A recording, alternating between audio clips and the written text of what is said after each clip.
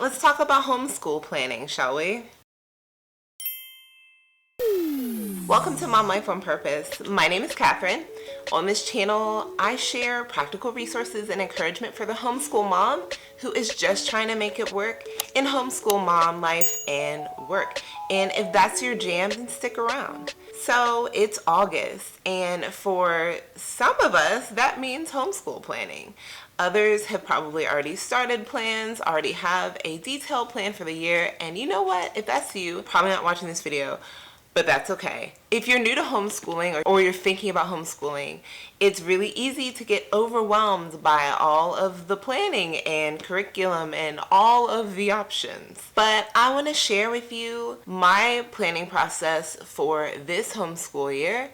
We are headed into our 6th year homeschooling. I cannot believe it. But here we are, and there are some things that I've learned over the last several years to help to start the school year feeling peaceful and centered. And so I want to share some of those things with you. When we started homeschooling, I definitely went a little ham on all of the curriculum catalogs and all of the cute homeschool planners, and I came away feeling like I was prepared, but it didn't take long for my plans to unravel and for me to be feeling frustrated and behind and stressed.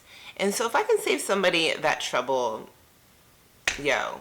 Anyway, the first thing that I'm going to do to prepare myself for planning is to reflect. And for me, that means getting centered. So for me, the first step is prayer. And it's important to me because Proverbs 16 verse 3 says that when you commit your works to the Lord, your plans will be established. And to me, that sounds like a total load off. I'm setting aside some time to take all of my hopes and my dreams and my desires and my frustrations and my fears and my concerns to the Lord and hashing all that out with Him. There are a lot of other ways to get centered. There's a book called Teaching from Rest by Sarah Mackenzie.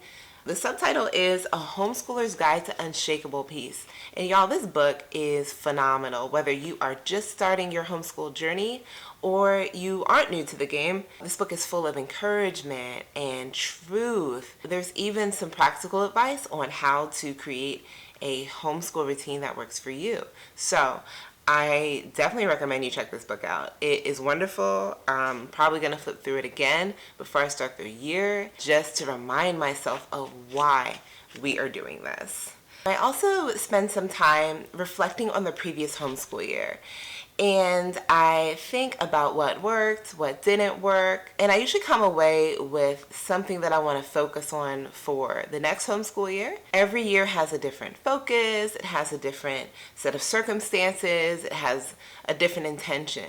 So reflecting on the previous years really helps me to get a sense of what direction we need to head in for and what needs to shift for this year. Here's some questions that you can ask while you're reflecting. What does success in our homeschool look like to me? What is God's idea of success? And how does His view compare with mine? What went well this past school year? What would I like to change for this coming school year? What do we need more of in our family? What could we do with less of in our family?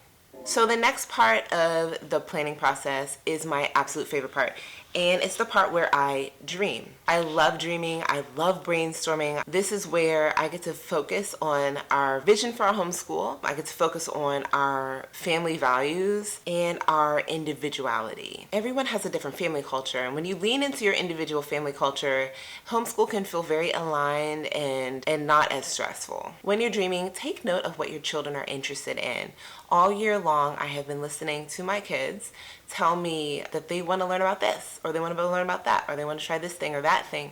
And sometimes they don't tell me with their words, but when I pay close attention, I kind of watch what they're doing, I can get a feel for what kinds of things that they are interested in. And those are great things to incorporate into your homeschool planning. Also, take note of what interests you and how you can share those things with your children. Some of my favorite teachers are the ones who lit up when talking about a certain topic, and that passion I find to be contagious and it's engaging. And so if you want to create an engaging learning experience for you and your children, give yourself permission to lean into some of the things that you're interested in and share those with your kids. Consider creating something of a celebration at the beginning of your school year to start things off. Kids love traditions and they're so much fun. And this can be as simple as you want it to be, or it can be as fantastic and elaborate as you want it to be. Lots of homeschool families celebrate the first day of school with a picture. Others have like a special breakfast or something. Yeah, how could you make it yours? Here are some things to think about when you are dreaming about your homeschool year. What is the big picture for our homeschool? How do I want to feel about our homeschool this year? How do I want my children to feel about their education? What do I want my children to know? What do my children want to learn? And what does our family need most in this season? The final step in my planning process is to plan. When you're doing your plans, the first thing you're going to need is a space to keep all of your plans and your records. This could be a digital tool like Evernote or Microsoft OneNote, a Notes app, or Google Calendar or Notion, or a combination of those things, or even a digital planner. If you are a brain on paper person, then a paper planner will work very well for you. There's a variety of beautiful homeschool planners on the market. I use a combination. I use my paper planner to kind of brain dump and to organize my ideas, and then I put them into Microsoft OneNote.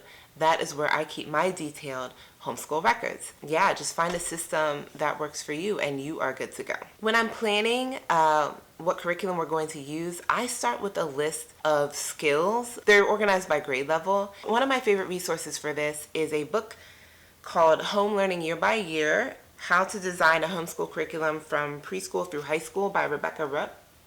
She starts at preschool and goes all the way up through high school, separated by subject matter. This has been a great resource for me.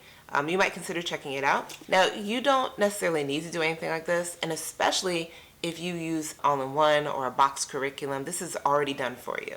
If you're using anything that has a scope and sequence, you're good to go. If you would like to build your own curriculum or learn how to build your own curriculum for your children, then having a list as a starting point really helps to provide a framework. This is what I've been doing for a couple years and it's worked really well for us. I also keep a running list of field trip ideas. I haven't been the best in the past at organizing field trips. We do field trips, but the way I do field trips is pretty informal. So there are many different ways to plan your homeschool year. You can plan out your whole year in advance. You can plan in chunks by month, by week. You can plan as you go. Or you could even do reverse record keeping, where you just keep a daily log of what you're doing every day. I used to make detailed weekly plans, but I don't do that anymore. What I do is I have my list of topics that we're going to cover. I have my resources that we're using, and then I do reverse record keeping. So I use Microsoft OneNote. I create like a daily log of sorts. I go day by day, and then I have a block for each child, and I just type in everything they did that day. I add links, I add pictures, and that gives me a detailed